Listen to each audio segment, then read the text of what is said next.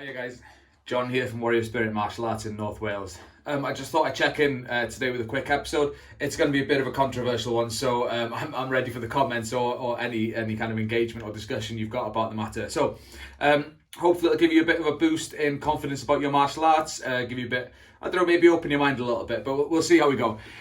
So the questions that I've got are, first of all, what is it that separates a white belt from a black belt? What is it that separates you from the grandmasters of your chosen art? And what about the world's top UFC or Olympic competitors? Now, there's an often used phrase in the martial arts, a black belt is just a white belt that never gave up.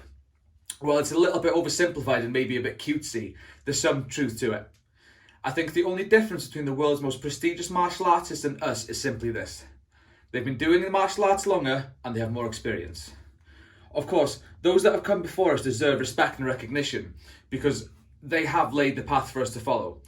But what's to say that we can't accomplish the same things that they did if we simply set our mind to it and truly commit to it? The truth of the matter is that they were just normal human beings like you and I who dedicated their lives to their martial art. They weren't some awesome deity who received their skills from the beyond. Mikido Yaharu, who was a Japanese world champion, once said, "Some people think that the tradition of karate came from Buddhism, and karate is a connection with the absolute, space and universe. But I don't believe in that. My philosophy is to knock my opponent out due to the use of only one technique or one finishing blow."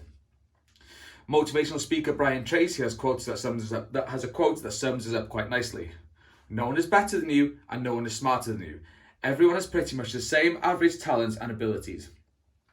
And I believe with enough focus and dedication, any skill can be mastered, which is just how these great people got to where they are.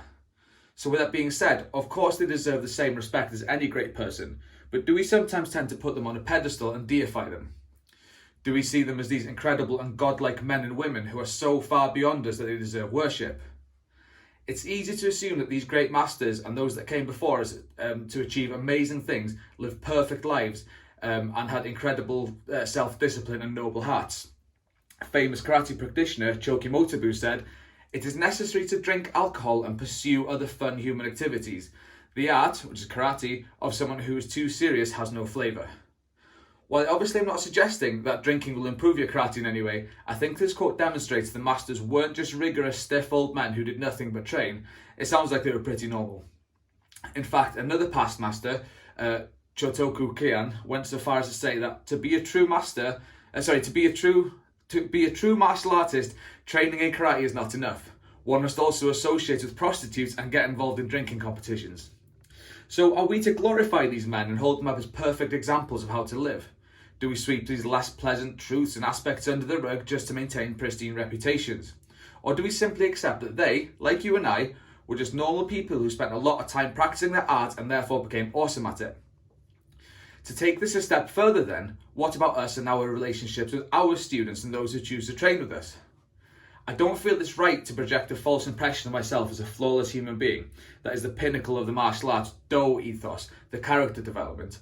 I'm just a guy who's been doing martial arts longer and I'm fortunate enough to be able to dedicate my life and time to it. There's nothing wrong with keeping it real. Feel free to mess up in front of your students, have fun with them and being part of, and sometimes the recipient of the banter.